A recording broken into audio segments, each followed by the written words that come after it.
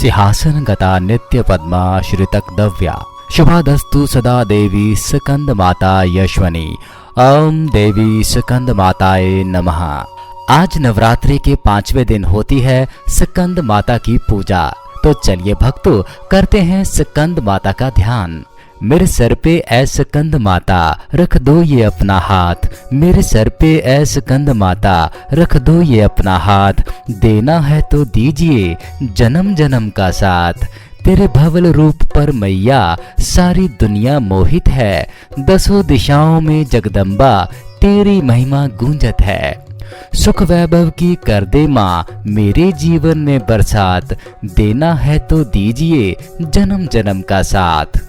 कार्तिकेय गणपति की माता शिव शंकर की प्यारी तू, जग की है महातारी तू, पद्म आसन पर शोभित हो माता करके सिंह सवारी तू। संहारक दुष्ट जनों की माँ दुनिया में विख्यात, देना है तो दीजिए माँ जन्म जन्म का साथ। नवरात्रि का 5वां दिन स्कंद माता की उपासना का दिन होता है। मोक्ष के द्वार खोलने वाली माता परम सुखदायी है।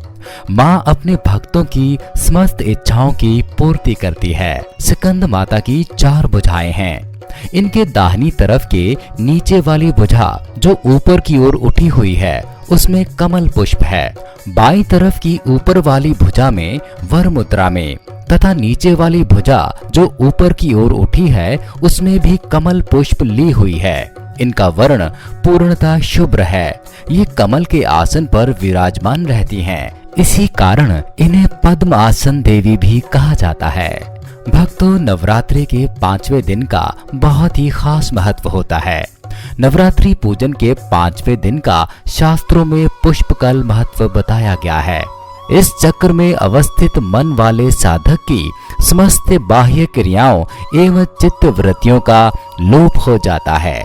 वह विशुद्ध चैतन्य स्वरूप की ओर अग्रसर हो रहा होता है। साधक का मन समस्त लौकिक संसारिक मायावी बंधनों से विमुक्त होकर पद्मासना मां स्कंद माता के स्वरूप में पूर्णतः तल्लीन होता है। इस समय साधक को पूर्ण सावधानी के साथ उपासना की ओर अग्रसर होना चाहिए।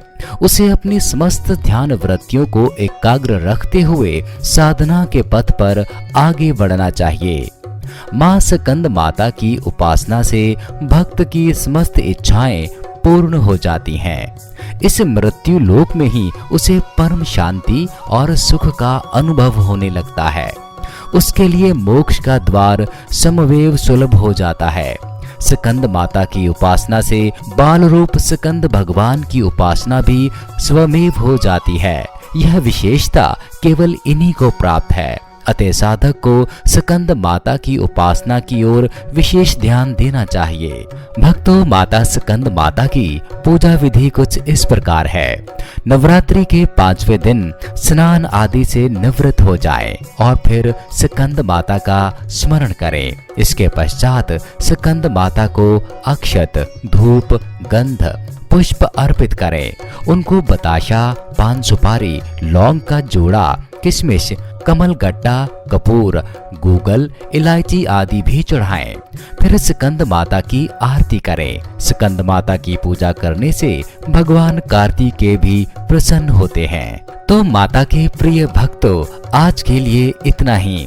कल छठे नवरात्रि के उपलक्ष्य पर माँ कात्यायनी का ध्यान आराधना करेंगे और माँ की आरती का आनंद प्राप्त करेंगे। जय माता की।